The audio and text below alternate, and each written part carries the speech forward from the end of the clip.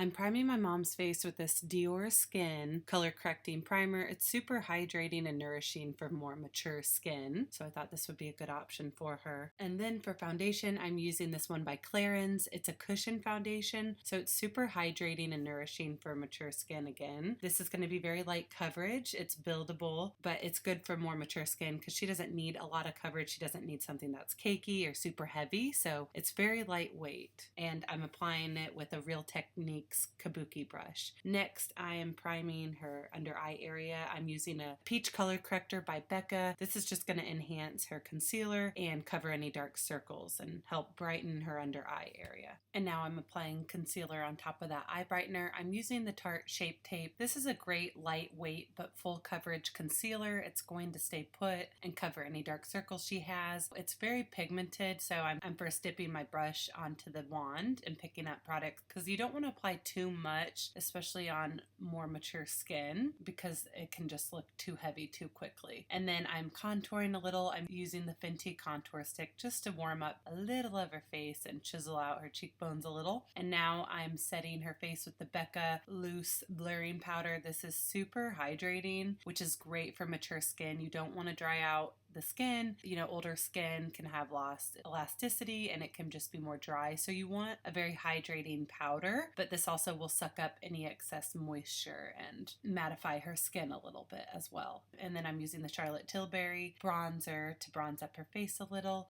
And I'm using this beautiful blush by Armani to warm up her cheeks.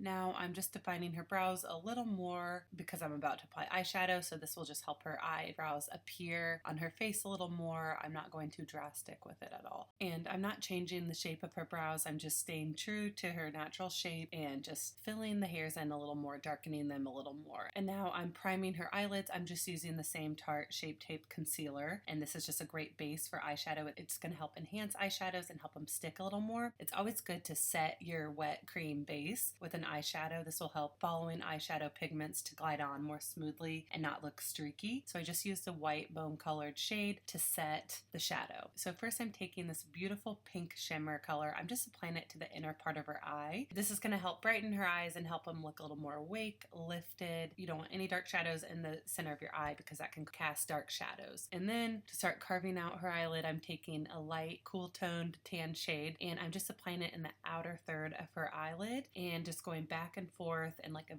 outer V shape to blend it out to make sure there's no harsh lines. And then I'm taking a more chocolatey brown color to define it. This is going to enhance the eyeshadow and darken it up. So I take a couple of darker shadows just to define the outer part of the eye a little more. By applying these dark shades on the outer third of your eye, it's going to make your eyes look bigger. So you can take as many dark shadows as you want. Make sure they're all in the same color family, and that will make it look a little more natural and a little more smoky.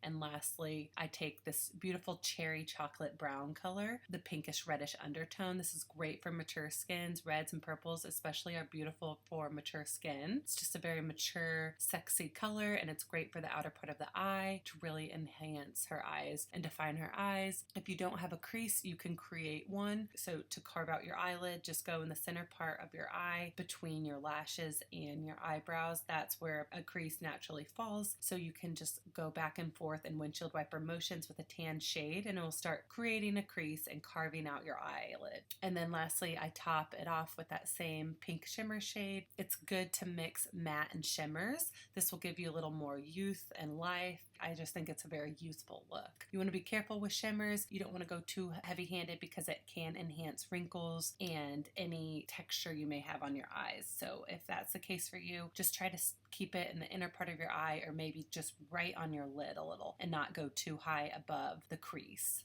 Now I'm lining her top lash line with the black cream eyeliner. This one's by CoverGirl, and then I smudge it out. This is going to be the base because I am going in with a little liquid liner. I also repeat the same on her lower lash line. I just go about halfway in and then smudge it out. This way it won't look so harsh, but she wanted liquid liner, so I am enhancing the eyeliner with a little liquid liner. I smudge it out just so it's not so harsh, but she is the type of woman that can take a lot of makeup and dark makeup, but you typically want to be careful the older you get, and browns are very complimenting and beautiful. So if black is too harsh for you or create shadows on you, then use a brown eyeliner and liquid eyeliner. You could also use navy. That's beautiful. But she had an event she wanted to go to. She wanted her black, so I listened to the lady. But I'm just thickening this up a little and gave her a little winged liner. She wanted both lashes, so I applied the Ardell Demi Wispies. They're very light, very natural.